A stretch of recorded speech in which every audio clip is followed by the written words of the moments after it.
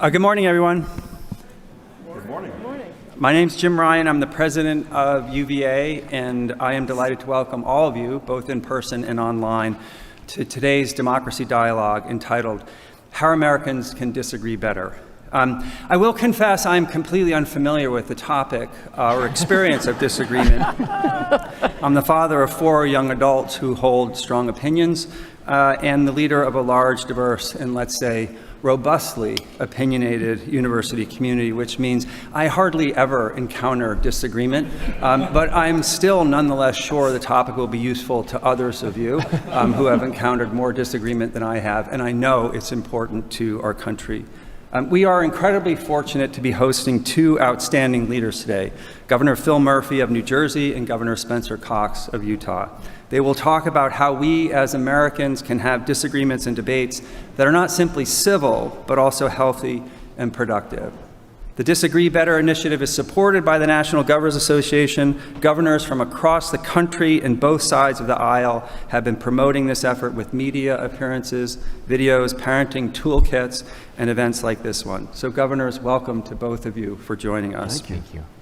As I mentioned, today's conversation is part of our Democracy Dialogue series, and today's topic is in many ways a perfect example of why we started the Democracy Dialogues in the first place and what we hope to accomplish. First, the series is a way to hold meaningful and productive conversations with those who have different points of view about issues facing democracy here and around the world. Second, and relatedly, it's a way to model for our students and for all of us how to have healthy and productive conversations across lines of difference, whether political or ideological. Today's conversation seems to me the perfect one to have in the wake of a contentious presidential election that has left many a little unsure about how to have a productive conversation with someone who voted differently.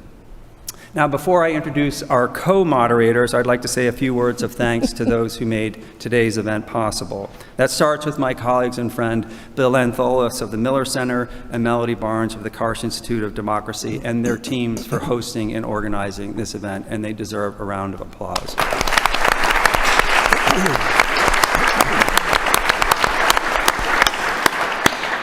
A huge thanks to our Democracy Dialogue series funders, which include George and Judy Marcus, Ingrid and David Hang, and former UVA Rector Jim Murray.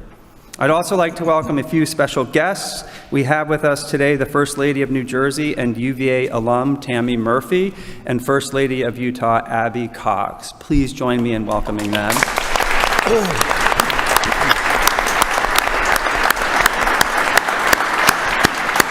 We are also joined by Virginia Secretary of Education, Amy Guidera. Amy, thank you for being here. We can clap for her, too. Okay, as for the moderators, we are extraordinarily lucky to have 2 UVA experts to help lead the discussion. Mary Kate Carey is an adjunct professor of politics at UVA and a former speechwriter for George H.W. Bush, among other titles. Jennifer Lawless is both professor and chair of the politics department here at UVA and author or co-author of 6 books on politics and campaigns in particular. Like the governors, both Jen and Mary Kate come from different sides of the aisle, but I understand they are friends who disagree spectacularly well. They first taught a course on the presidential election on Zoom in 2020, and it went so well that they wrote about their experience for USA Today and reported that the students who took the course became less partisan. They're co-teaching the course again this semester, and it is incredibly popular. There are 485 students enrolled. Wow. Please join me in welcoming Jen Lawless and Mary Kate Carey, who will provide a fuller introduction of our esteemed panelists and then dive into the conversation. Thanks again for being here.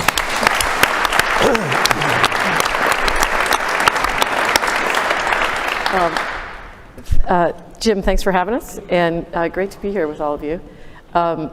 We came off last night from the oratory contest, and we have our esteemed panel of judges in the front row as well, former speechwriters from Clinton, Reagan, and Pompeo offices. So thank you all for being here too. So let's get started, and I will introduce my Democratic colleague, and Jen will introduce her Republican colleague. So since taking office in 2018, Philip Murphy has served as New Jersey's 56th governor After being reelected in 2021, he became the first Democratic governor in New Jersey to serve a second term in 44 years. From 2009 to 2013, Governor Murphy served as the United States ambassador to Germany, a position to which he was appointed by President Barack Obama. So welcome, Governor Murphy. Glad you're here. Thank you. You omitted the Heisman Trophy, but thank you. Oh, sorry. Yeah. You can't get good speechwriters these days.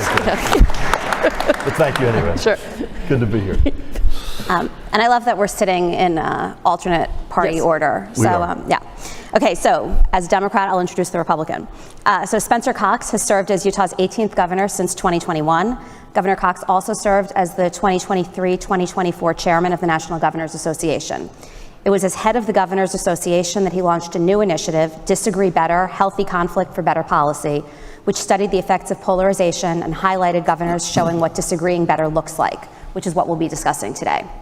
So let me open with the first question. As President Ryan mentioned, we've just gotten through a very contentious election. I don't know if anybody was following it. And many people in this room are probably exhausted by politics. So regardless of whether they're Democrats, independents, or Republicans, they're pretty wiped out. And part of the reason is because they're yearning for an end to polarization. They feel sort of stuck by gridlock and obstructionism. And so I'm just wondering, what do you think are the political consequences of polarization, and why is it so important that we disagree better to try and nip it in the, I guess we're not in the bud anymore, but at least reduce it a little bit? Well, the consequences are, I think, inherent in the question, and that is we're exhausted. That's one of the consequences. We used to refer to the silent majority. Now we refer to them as the exhausted majority. 70% of Americans report that they hate what's happening in politics right now, but nobody knows exactly how to fix it. Well, that's not true. I think people do know how to fix it, but we're just not quite there yet. One of the other consequences, sadly, is that as we continue to get more and more polarized, we are seeing real consequences in threats of violence towards elected representatives and judges across the country. In less than a decade, we've seen threats toward members of Congress, threats of physical harm towards members of Congress go up 10 times, tenfold, not just 10%, but tenfold. And of course, we've seen, again, assassination attempts, something we hadn't seen in a long time happening. But it's not just happening, though, at the national level, it's happening at the local level as well. Governors have increased threats, city council members, school board members. We're seeing that type of behavior happening all across the country. And then, of course, we have a contentious election. I like to say that half the country felt like they needed to throw a brick through a window to get some attention, and the other half of the country feel like they just had a brick thrown through their window. And so we have people that are feeling this kind of animosity that is just growing. It's incredibly unhealthy. It's unhealthy for us as individuals. It's unhealthy for our communities, and it's unhealthy for our system of government, our democratic republic that was not designed for this type of polarization. It is designed for intense competition. I'm sure we'll talk more about that, and we need more about that. Conflict is neutral. Conflict is not good or bad. There is such thing as healthy conflict and unhealthy conflict. Healthy conflict is good. Our system was designed for more conflict. It was supposed to be a battle of wills, a battle of ideas, and this, again, very intentionally, that there wouldn't be winners and losers. You would actually have to spend a lot of time building coalitions, and this zero-sum game that we've entered is not good for anybody. But we need conflict. The unhealthy conflict makes it so we can't actually get things done, and our institutions kind of stop functioning, and that's a consequence we find ourselves in today. Governor Murphy. I'd just add to that, the disagree better notion is all Spencer's. I had the honor of serving as chair of the National Governors Association, and Spencer was our vice chair. It's a great organization because it goes back and forth between parties. And our initiative was strengthening mental health among our youth, which was and remains incredibly important coming out of the pandemic especially, and Spencer and Abby were incredibly supportive, and this disagree better has hit a real nerve, and I give him a lot of credit for pursuing it. And he's no longer the chair. and he's still out here, and I'm honored to be as his wingman today. One important distinction, and this is not to poo-poo compromise, because compromise is a good thing, but that's a separate thing. Disagree better is not finding common ground. It's not compromising. It's he's got his opinion, I've got mine, and as opposed to kicking each other in the shins, let's have it out and figure out where the chips fall as a result of that. Both of those are noble objectives. In so many respects, you can't govern in politics without compromising and finding common ground, so that's in and of itself a good thing. But this is different. This is how do we go at each other in a constructive, healthy way, as opposed to all the craziness that we see out there. So incredibly honored to be here. I also want to give my daughter, class of 2022, Emma Murphy, a shout out, who's with us today. Big Emma fan. Had to get that off my chest. Very nice. So speaking of students, there are quite a few students in the audience here, many of whom are in our class, Jen, but we're not offering extra credit. They're going to have to really rush to get there. Yeah, and they're still here, and they're not getting extra credit. Wow. Anyway, so how do we pivot for a second to young people? How did you two learn how to disagree as children, as you were growing up? And how has social media changed that? And what did we say to young people about this? Yeah, if Emma and her brothers were up here, they would say that I didn't necessarily learn all those lessons.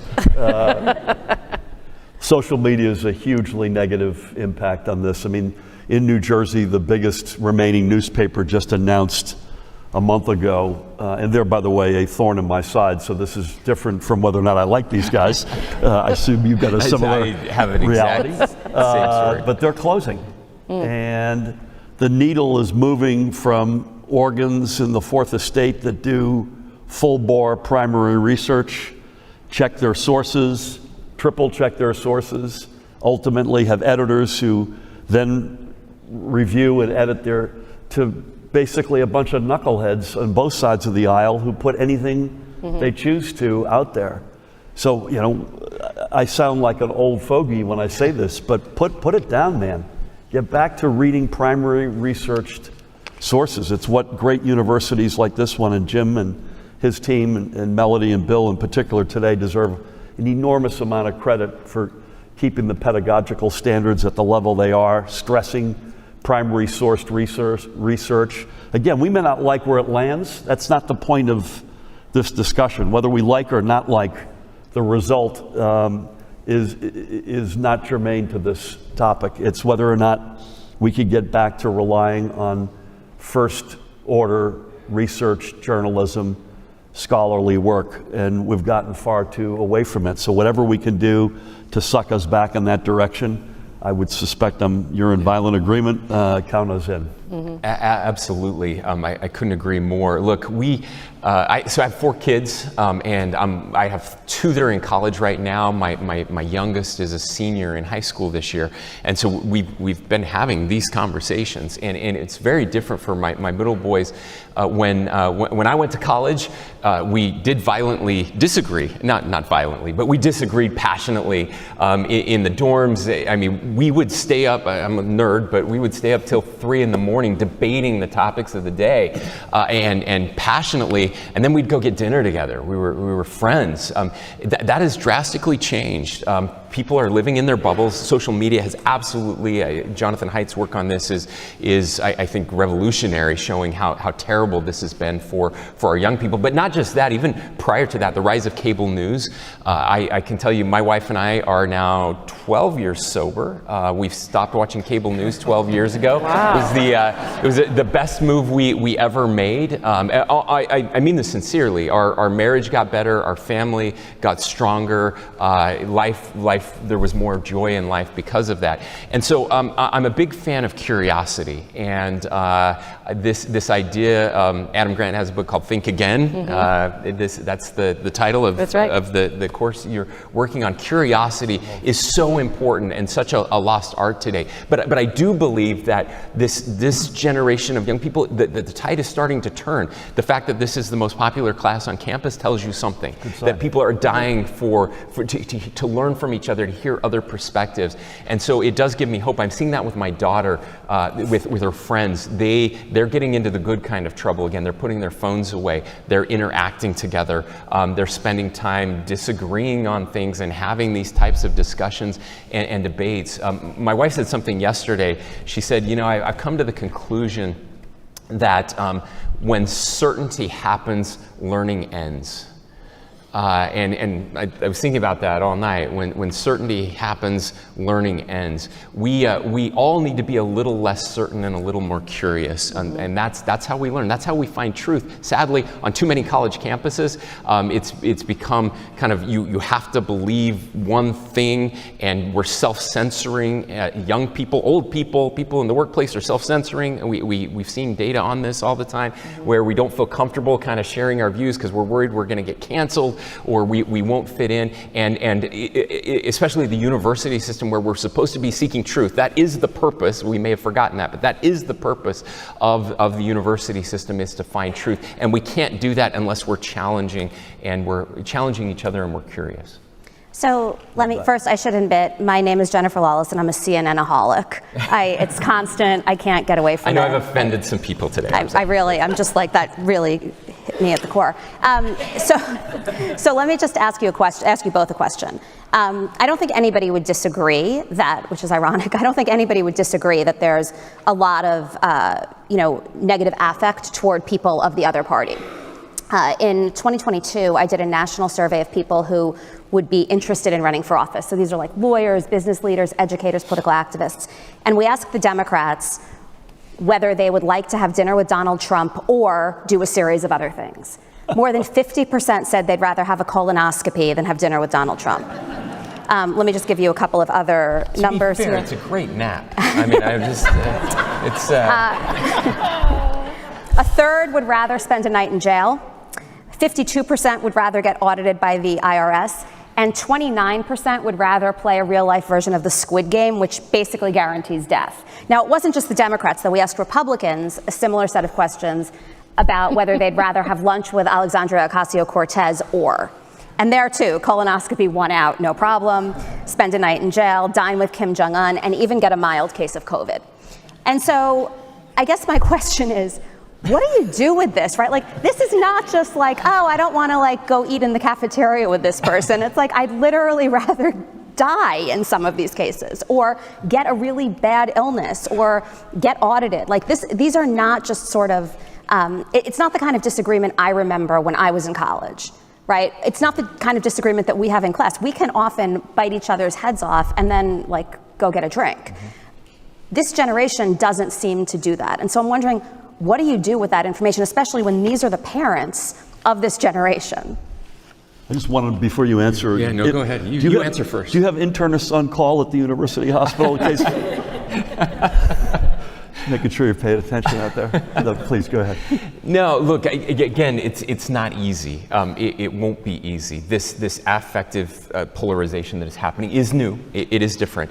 And so I try to look for hope. And I don't think the hope is going to come from the top down. It never has. If we're waiting for our politicians in D.C., for presidents to try to fix this, that's not going to happen. It's always been us, you and I, and it's going to be us if we're going to do this. It actually does have to start in the lunchroom, in the cafeteria, not in the halls of Congress. It has to start here. And I'm glad to hear there are some shoots of hope where it is starting to be better. But I want to give you a little bit of hope. There's something that social scientists refer to as the perception gap. And there's been More in Common has done a lot of work around this. But if you interview people and you ask them about actual issues, all right, so abortion, guns, death penalty, whatever, you pick your issue, and you ask Republicans, 1,000 Republicans about where they stand on that issue. You ask 1,000 Democrats, and then you plot them across, a graph here. And what we find out is the median Republican and the median Democrat are actually not that far apart. as a country when it comes to the real issues. We're not that far apart. But here's the problem. When you ask Republicans what they think Democrats think on that issue, or you ask Democrats what they think Republicans think on that issue, we're this far apart. So we have this huge perception gap, and this perception gap is being fueled by politicians and campaigns that understand that they can use that to their benefit. So if I can make you terrified of the other party, you're probably going to vote for me. And we've gotten really good at that, both sides. And so, of course, as elected officials, we have some blame, some real blame in that. But my hope is that as more and more groups pop up on campus like this one, where you actually meet a Democrat for the first time and have a conversation with a median Democrat and find out, wow, we actually aren't that far apart. That's weird. I thought from watching Fox News that you were insane, and vice versa. Then you start to realize, gosh, maybe there is hope. Maybe we can start to work on this together. Yeah, that's incredibly well said, as usual. Tammy and I have had dinner with Donald Trump. He lives not most, but part of the year in New Jersey. And by the way, this is not the point of your question. He's a very different animal privately than he is publicly, which is fascinating to us. Spoke to him last Monday to congratulate him. And again, the private conversation versus the pronunciations, and that's probably a little bit of a different version of the perception gap. In other words, we ourselves play that game. We say things up on a stage to get people riled up that are probably at least packaged in a way that is more excessive or more extreme than where we are. The other thing that I think is really helpful, and you probably can tell, we're actually really good friends, and as are our wives. And we are as couples. And boy, I'll tell you, I'm a huge fan of that being able to sit with somebody. We had, thanks to Jim, a group of us had dinner last night, got caught up socially this morning. How are your kids? How are our kids? Genuine interest in seeing democracy function well, even if we don't agree on a whole lot of stuff, and we don't. Boy, I'll tell you, I think that cannot be underestimated here as a positive element. If you can actually find that way to go out with your buddies in college and have dinner, the famous Tip O'Neill, Ronald Reagan relationship, that I will just tell you, we live it and that works. Our closest friend among elected officials in New Jersey, I think pretty by a far margin, is a Republican as well, by complete happenstance. And it matters. It matters. We can go to dinner with our wives. We could talk sensibly about stuff. I would not underestimate the personal chemistry and relationships as part of this. One of the things I've seen along those lines is we all are of an age where we did exactly what you're talking about. We would sit around the dorm rooms and argue politics, and I get the sense that's not common anymore. And so what we're seeing is organizations that have popped up on grounds to bring students together who do want to do that, and they're not going to be ostracized in the dorm or something for talking politics. And so I have two sort of questions for you. Are there things going on in your states that you're happy with that are helping students learn how to do that? If so, we'd love to hear about it. But second, I noticed in the Disagree Better pages on the Governors Association that there's a service component to it. And we have a very popular Madison House here for students to volunteer and serve others. And how does that play into this? If you could share what you know from your states. And I'll give a shorter, Yeah. You wrote the book on the second part of this. Yeah, we're seeing this in New Jersey. Good. And that's a good thing. We've got a lot of really good universities. Rutgers is our big state flagship university. Princeton is the big private university. Each of Jonathan Holloway, who Jim knows well, and Chris Eisgruber at Rutgers and Princeton, respectively, themselves teach seminars on their version of Disagree Better. Jonathan Holloway at Rutgers, in fact, based on an op-ed he wrote for the New York Times, has started a service component at Rutgers. It's called Scarlet something. Scarlet Service. I should have figured that one out. Alex Herman, my colleague, is with me. Thank you, Alex. Very early days, but very successful. Tammy and I have lived around the world. We're huge fans of national service. You pick what it is. It doesn't have to be military, it doesn't have to be whatever, but a couple of years.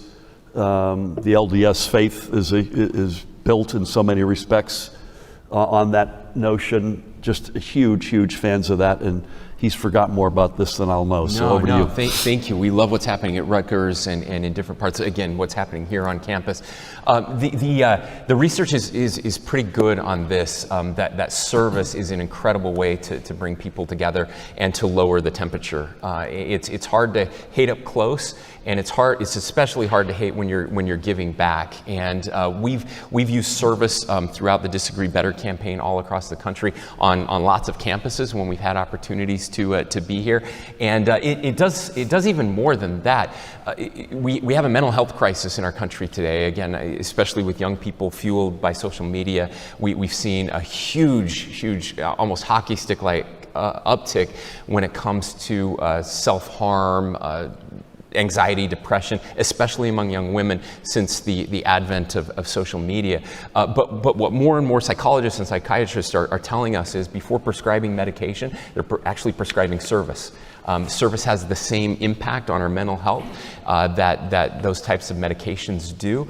And not just on our mental health, but our physical health as well. There's some studies out there that show a correlation in people with high blood pressure, actually giving service, seeing that come down. So there are lots of benefits that come from service, again, including depolarization. And so many of these groups are popping up, not just on the service side, but on the depolarization side.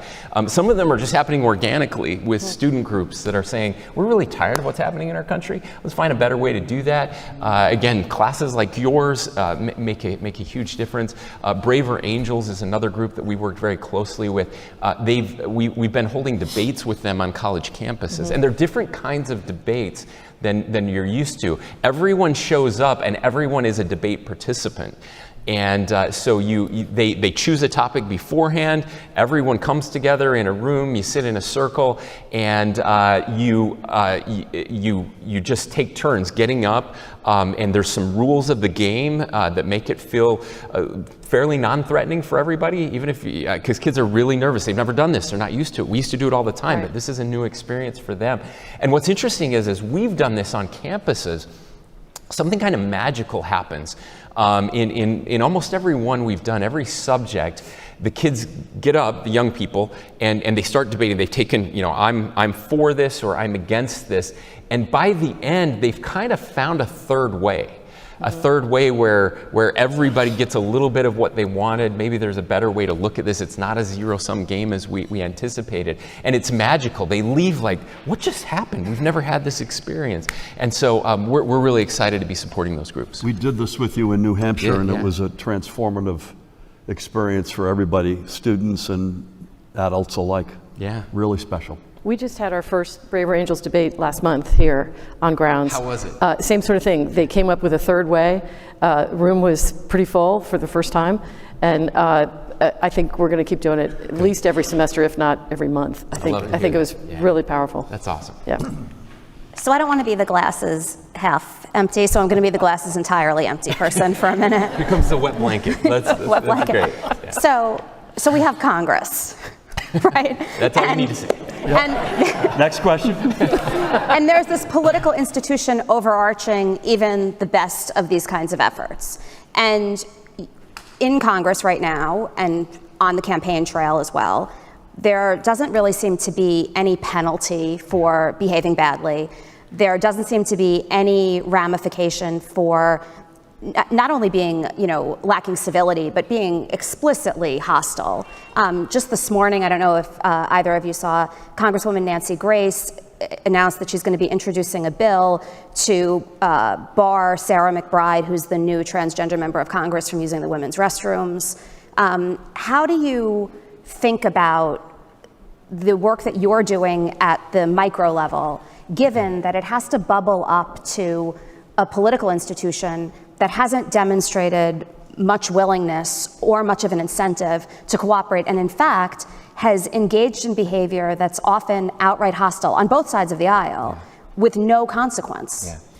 So we talk a lot about the incentive structure, and I will I will give you that. The incentive structure is broken right now at the congressional level for sure. Our system right now is rewarding performance over substance. And so we have kind of these performative acts that are going on.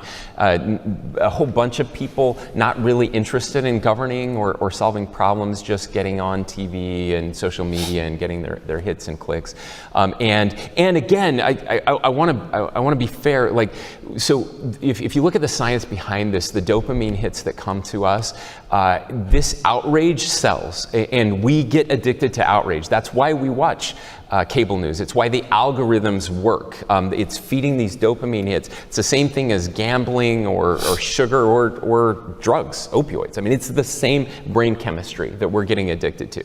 And so it's definitely driving that.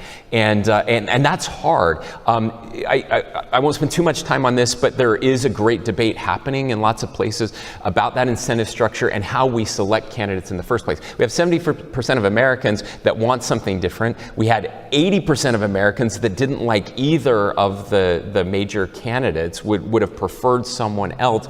But the system we have in place, the primary system and others, kind of tends towards the extremes, allows the extremes to have more influence in getting the nominees, and then we're stuck with the nominees that are there. So let's admit that, work on that, set that aside.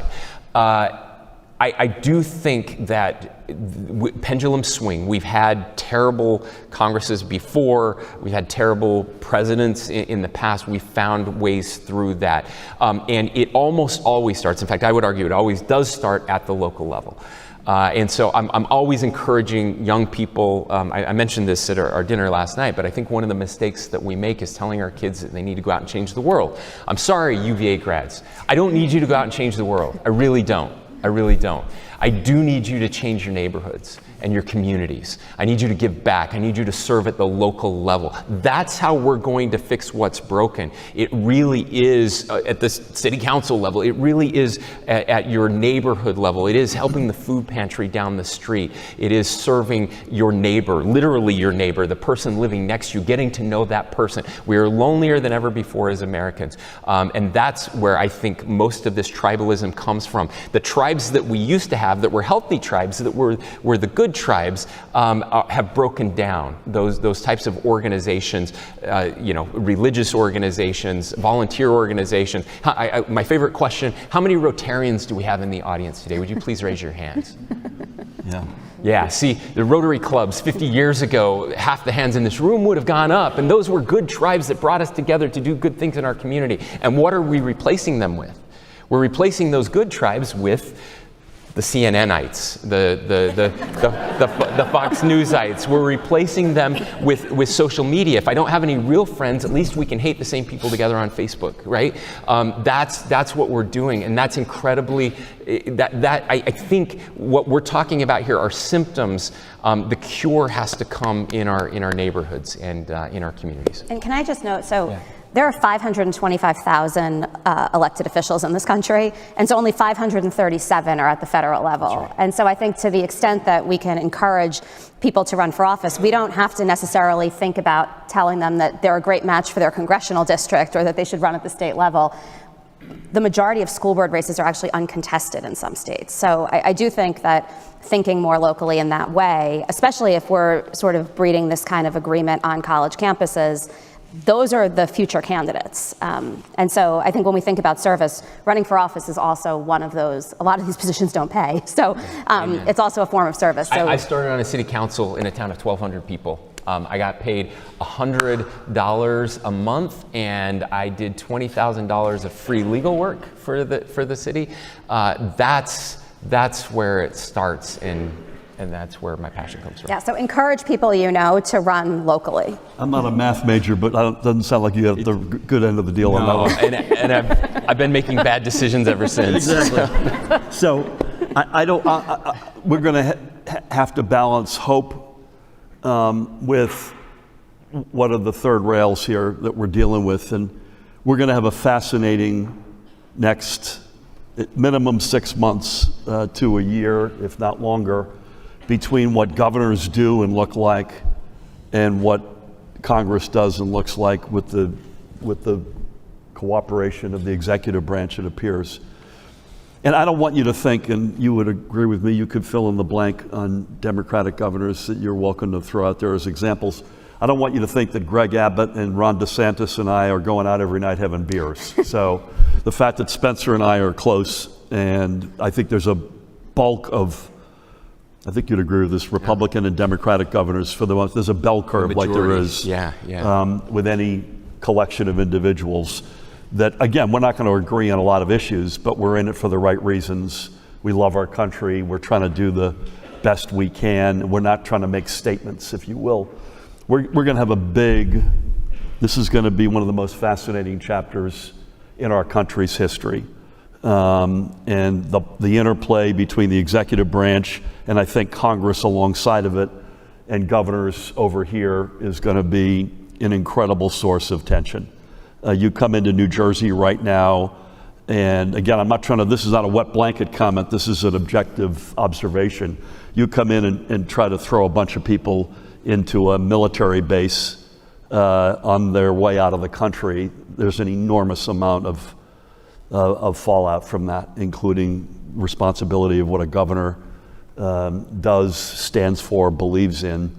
So we're going to have, we've said this before, self-serving, obviously the governors have never mattered more, which I think is factually true, but the interplay between what we do and what Congress does, again, I think largely in partnership with the executive branch, will be historic.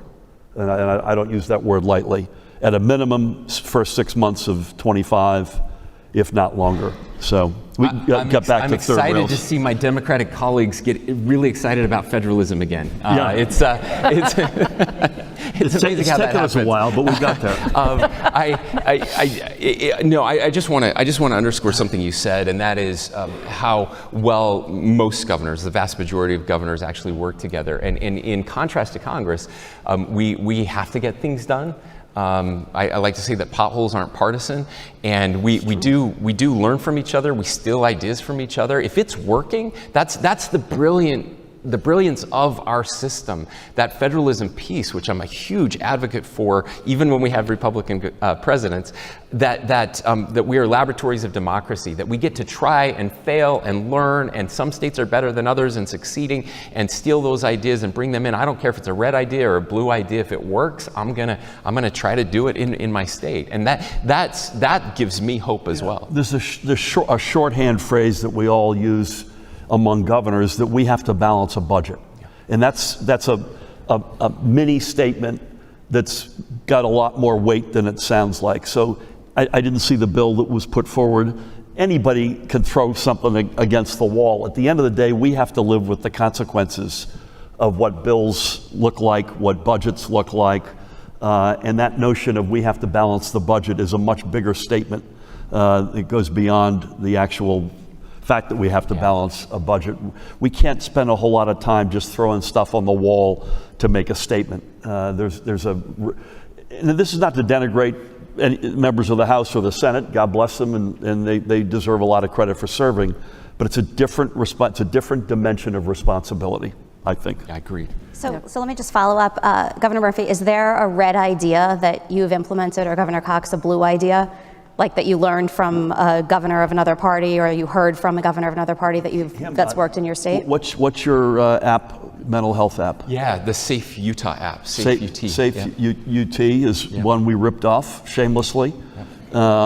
We just had a training session for new governors in Denver, and hosted by Jared Polis, Democratic, now chair of the NGA, was Spencer's vice chair. And we had 7 governors, and it was Polis, me, Michelle Lujan Grisham. Who was the 4th Democrat? Do you remember, Tim? Josh Green from Hawaii. Josh Green from Hawaii, medical doctor, by the way. He had a few things to say about Bobby Kennedy on CNN, which were worth the price of admission if you haven't seen those. And then we had Mike DeWine, Mark Gordon from Wyoming, Kevin Stitt, who's the vice chair from Oklahoma. Of the NGA from Oklahoma. And then we had 5 newbies, 3 Dems, 2 Rs. The Rs were North Dakota and Puerto Rico. The Dems were Delaware, North Carolina. Do you remember? Washington. Thank you, Alex. You would not, for 99% of the discussion, you would not be able, and if you did not know who these people were or their affiliation, you would not know what party they were in. Like Mike DeWine, I'll give you an example. Mike DeWine has served in the House, he served in the Senate. I think he was Attorney General of Ohio. He's a 2-term governor of Ohio. He's a great guy. He's about 1,000 years old. He's seen everything. So whenever he says something, you just know Mike has seen it all. And so I can't give you a specific, but actually we had a great discussion about budget. We were giving them advice on how you put your first budget together. And Mike and I were ping-ponging back and forth on good ideas. Hey, have you thought about this? Have you thought about that? When it works brilliantly. Wow. Yeah. And again, we've stolen ideas on housing from blue governors and red governors, both trying to reduce the price of housing. Everybody's looking at this, trying to figure this piece out. We've worked on budget issues. There's a laundry list. I mean, it happens so frequently that it's just we've been working with Governor Westmore. In fact, Utah leads the nation in service. And I talked about service earlier, how important that is. Well, Maryland had put together this service corps for kids in a gap year between high school and college, where they would have a year of service. And I was so mad that we didn't think of that first, that I stole it from Wes, and we thought of it second. So that's good. That's good. We had a discussion last year, famous discussion inside the NGA on housing, which Spencer moderated. And the protagonists going back and forth were Greg Gianforte, the governor of Montana, and Tina Kotek, the governor of Oregon. And if you don't know them, look them up, and you would not mistake one for the other in terms of what they stand for. And you could not for $1 million have picked who was the Dem and who was the Republican. And this guy deserves a lot of credit for moderating the discussion. But we're all faced with a shortage of housing and unaffordable housing. And so we're all trying to figure that out together. And there were no partisan labels on any of that discussion. So I'll go back to something you just said, which was that this is the era we're heading into is going to be historic and very different from what we've seen. I noticed in our class, some of the coverage we were looking at, that Virginia and New Jersey both got a little more purple in this election. Much so. And that there's quite I think, a party realignment going on with all kinds of people crossing the line in both directions of who voted for who. And so if we look at the legislative agenda on Capitol Hill, and I realize you guys are governors and not senators and congressmen, but George H.W. Bush, during that era, we had sweeping landmark legislation that was passed on a bipartisan basis, Americans with Disabilities Act, the Clean Air Act, things like that. Just more recently, we had the CHIPS Act under Biden.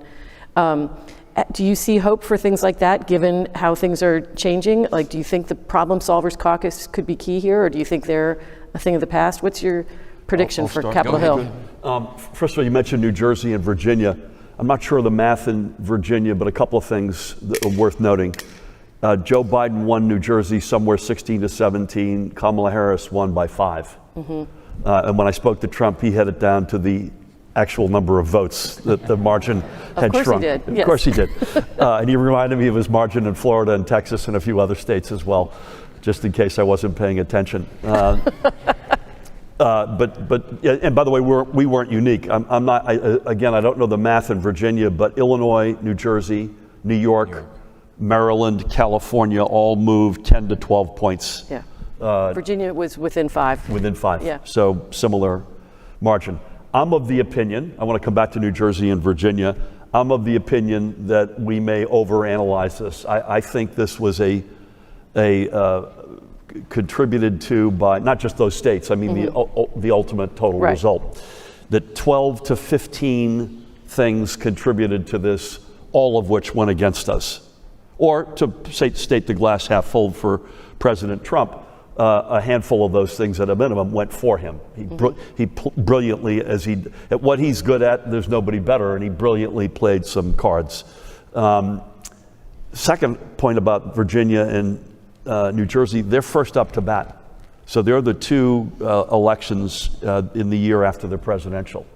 And they're historically either a reaction to or a reflection on what has just gone before. It's not the only reason by a long shot, but one of the reasons why I had a blowout first victory and a much smaller second victory. The contrast was Donald Trump in the first case in blue New Jersey, Joe Biden in the second case. It's a little bit like ticket splitting. We saw a lot of ticket splitting around the country. So I'm not sure there's a big shift. That's you all have forgotten more about that than I will know, in as much as it was basic stuff that we either didn't do well or went against us, et cetera. Sorry to get to this after a bit. Do we have the capacity to do big? Right. By the way, we could use George H.W. Bush right now. I miss him every day. Bless his heart. His last, Tammy and I hosted, he and Barbara, for their last overseas visit ever, which was the 20th anniversary of the fall of the Berlin Wall, which is a pretty incredible. He, Gorbachev, and Kohl. Wow. You can't make that up, and they're all gone, sadly. I'm going to defer to you because this is a complete Republican majority. The stuff that you hear, other than deportation, Medicaid, SNAP, a lot of things that I'm not going to be supportive of. You do hear a lot on tax relief. Interested to see what that looks like. Hopefully that doesn't contribute to inflation or deficits, but if it's a smart pro-middle class agenda, that feels like that could get done. Yeah. We're victims of the cap on the state and local tax deduction. President-elect Trump has said he wants to revisit that. That'd be, I think, a good thing, particularly in states like ours. So I'm open-minded to it. You had a big pro-industrial policy administration with Biden and Harris. And there's a lot of debate around whether or not that's the way you grow an economy. Are you top down or bottom up? David Brooks wrote a fascinating piece about a month and a half or two ago, which is really worth seeing. Didn't draw a conclusion, but are we better off top down? We are going to recapture the semiconductor industry in America, and we're going to make intentional bets from the top on that, versus the example they used was DARPA. Nobody had any idea the internet was going to fall out of the money that went in there, but it did. So that's just placing basically research startup bets. The Biden-Harris administration has been way tilted, I think, toward Model A. I think there's room for both, honestly.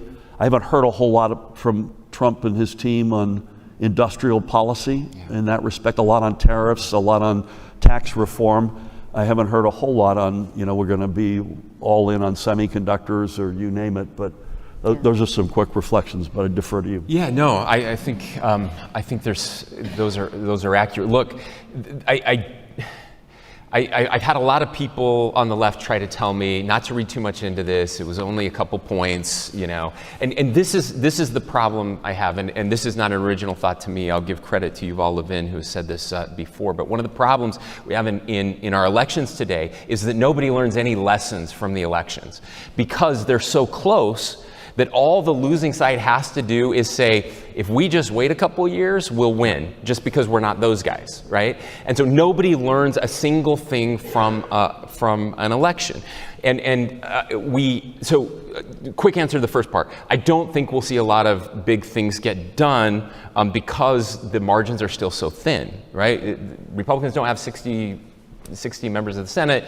The House is going to be razor thin again, and so it's going to be really hard to get those things done, even if Republicans, even if we do have a majority right now with all three.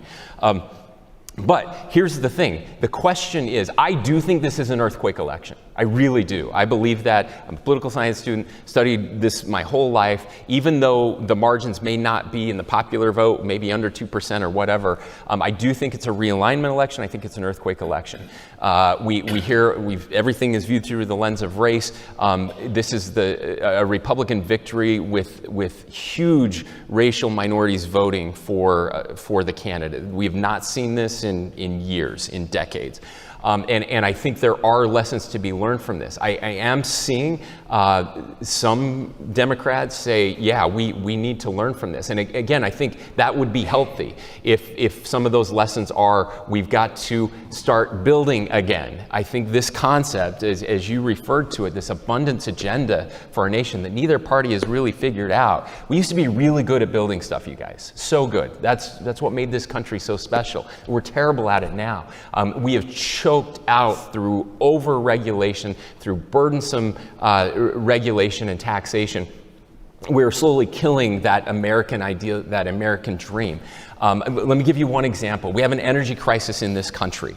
We are in big trouble, you guys. The advent of AI and AI data centers use more power, more energy than you can even comprehend. One data center looking to locate into Utah right now, one data center campus, would use 1.4 times more power than the entire state of Wyoming. Wow. About 30% of all the power consumed in Utah would be used in one AI data center project. That's how invading Wyoming. That's how intense this consumption is, not to mention EVs and everything else that is happening out there. We have to build this stuff, and we have to build it fast. We don't have enough transmission in this. We got a transmission line approved across the state of Utah last year. We're very proud of that. I started working on that as a county commissioner in 2008. That's how long it took to get a transmission line done in this country. That is insane. That does not happen in Europe, folks. It does not. You can talk about environmental policy in Europe and hold them up as the gold standard, and they improve stuff in a year. That's how it works there. We can do both. These false choices we keep getting presented with, that we either have to have prosperity or destroy the environment. It's crap. Just ignore it. Find the middle way. We can do both of those things. We can protect the environment. We can build again. We can do it better than anywhere else, and we have to start doing that. So I do have some hope that we're starting to see that some of the appointments, especially on that side, the Department of Interior, Doug Burgum, who's a fellow governor of ours, great guy, incredible. I think with the Department of Energy, I know people are upset about that. I'm telling you, this guy does believe in climate change. But he also believes in a prosperity agenda that we can do big things and bold things and make a difference. I think, and I'm seeing some thawing there from my friends on the left saying, hey, we can get on board with some of these things. Permitting reform, we should be on board with that. It's insane that we haven't done it. The things that the left wants to build, solar, wind, you can't build any of that. It takes 5 or 6 years just to get approval to do the things that are going to make the environment better in the name of protecting the environment. We've become incredibly stupid over the past decade. And I'm hoping if nothing else that we'll break that and figure out big ways to come together. I have to on that note. Can I jump on that just for 30 seconds? Yes. Don't mistake it was 12 to 15 little things that all went against us with, we don't have to be very sober and look in the mirror, right? No. So those are, I'm not talking about you. No, but those can be consistent with each other. Secondly, if you want to see a good unanimity across party lines of governors having a frustrating conversation, permitting, agnostic from your favorite source of the energy. For us, it's offshore wind, the biggest program in the country. For others, it's oil and gas. Doug Burgum, I reiterate, is a very good guy and a good choice. Last comment on this: a party chair called me up the morning after the election, Democratic Party chair, and I said, "How you feeling?" And he said, "I'm not feeling too good." And I said, "How serious do you think this is?" And he said, "You know what? Our party is like the end of The Godfather. We get wiped out about every 10 years, and then we figure a way to get back on our feet." I thought to myself, I've never heard anyone put it quite in those terms. So I hope he's right. Perfect coming from a Jersey guy. I like that. That's, I was thinking the same thing. Utah does not get compared to The Godfather very often. I'll just throw that out there. So we are going to wrap up, but first I would be remiss as a political scientist not to note that we don't know if there's a realignment until after it happens. And so that there's a critical election when a couple of cycles later you can look back and see that was the point. So I caution us all not to actually use the word realignment now. In 2 or in 4 years we can start using it if it actually happened, but this could just be this was a very unusual campaign, not only in terms of the candidates, but also the timeline. So I would just let's let's wait and see. And I'm not a patient person, but I don't know. Maybe if I was a Republican, I might be using the word realignment. So on this, so just to conclude, we want to thank you both very much and give you each a sort of 30-second closing thought. That'd be great. Go ahead. I'm thrilled to be here. I mean, this university has played a big role in my life for many decades. And I want to again thank Jim and Katie as the First Lady and everybody for coming out and hosting us so graciously. The two professors who have moderated this have done a fantastic job, Melody and Bill and your teams for hosting, and most importantly, on behalf of Tammy and myself, to Spencer and Abby. I just would plead, can we have more of this? Can we get in a room, have it out a little bit, realize we all love our country. We're not going to agree on everything, and that's okay. It's never been the case otherwise. And I'm incredibly humbled to be here. And as I say, we're on the cusp of what I think will be a historic period of time that will test a lot of our institutions, a lot of our values, a lot of our beliefs. And the more of this we can have, the better we're going to be able to withstand what will be an extraordinary amount of tension, and incredibly honored to be here. Yeah, thank you. I just want to thank my dear friend, Governor Murphy, and his wife, Tammy. I was lucky to learn from him as the vice chair, and I'm grateful for that friendship. And I'm grateful to live in a place where this type of friendship can and should exist. I want to thank our moderators as well. What they are doing, I think, is revolutionary and needs to be done on every campus. When I was 8 years old, we were too poor living on a farm to travel. I'd never been outside of Utah. And my uncle, who had gotten a degree and one of the rare kids from my little town to leave, and he went to work for the Foreign Service, and he lived in DC, and he helped pay for our family to come out to Washington, DC. And they took us down to Monticello. And so it was my first time in this area, and Monticello changed me as a kid. It awakened something within me. I got a book about Thomas Jefferson, and I started studying about Thomas Jefferson, and I got interested in all of this. And I've probably been to Monticello 20 times. Went to Abby and I had an opportunity to go to law school at Washington and Lee. Don't hold that against me, my UVA friends. So we were not too far from here, but spent a lot of time here. And we went again yesterday to Monticello. And I can't believe I'm in the house that Jefferson built. Like I'm emotional just being underneath this dome. I've never been underneath this dome. Sorry, I am getting emotional now. Love you, buddy. Very complicated human being, Jefferson. Monticello is a complicated place. I was grateful for the presentation that was done there yesterday that pointed out that the hopes of our country, the hopes of all people, these inalienable rights that we hold to so dearly, that are the story of America, were born there. And there were also people there who did not in their lifetimes achieve those rights, did not receive those rights, even though they do come from on high, and they are self-evident. But without Jefferson, we don't get Lincoln. And without Lincoln, we don't have Martin Luther King Jr. And so our story has always been messy. And we do have some flaws. But that document penned by that brilliant human being is what makes us who we are, and we have to hold to those truths. And one of those truths that devolves from that is that as Americans, we are Americans first, and that the people we disagree with are not our enemies, and they cannot be our enemies. We are so much better than that. I was very disappointed in both campaigns, in both campaigns, where I heard that if the other side wins, that will be the end of our country. That will be the end of democracy. That will be the end of, we will never have another election if Kamala Harris wins or if Donald Trump wins. And I loathe that type of thinking and that type of division, because we are so much better than any one person. It's not our presidents that have made America special and made America great. It never, in fact, you could make the argument it's the opposite. It's we the people This is a government of the people, by the people, for the people. It is us. It is always us. It has always been us, and it will always be us. And so I would encourage you, if you're overexcited or overly discouraged, to spend more time together, to spend more time doing this stuff. Go to lunch today or tomorrow with someone who voted for the other person for president. And if you don't know someone, then you're part of the problem.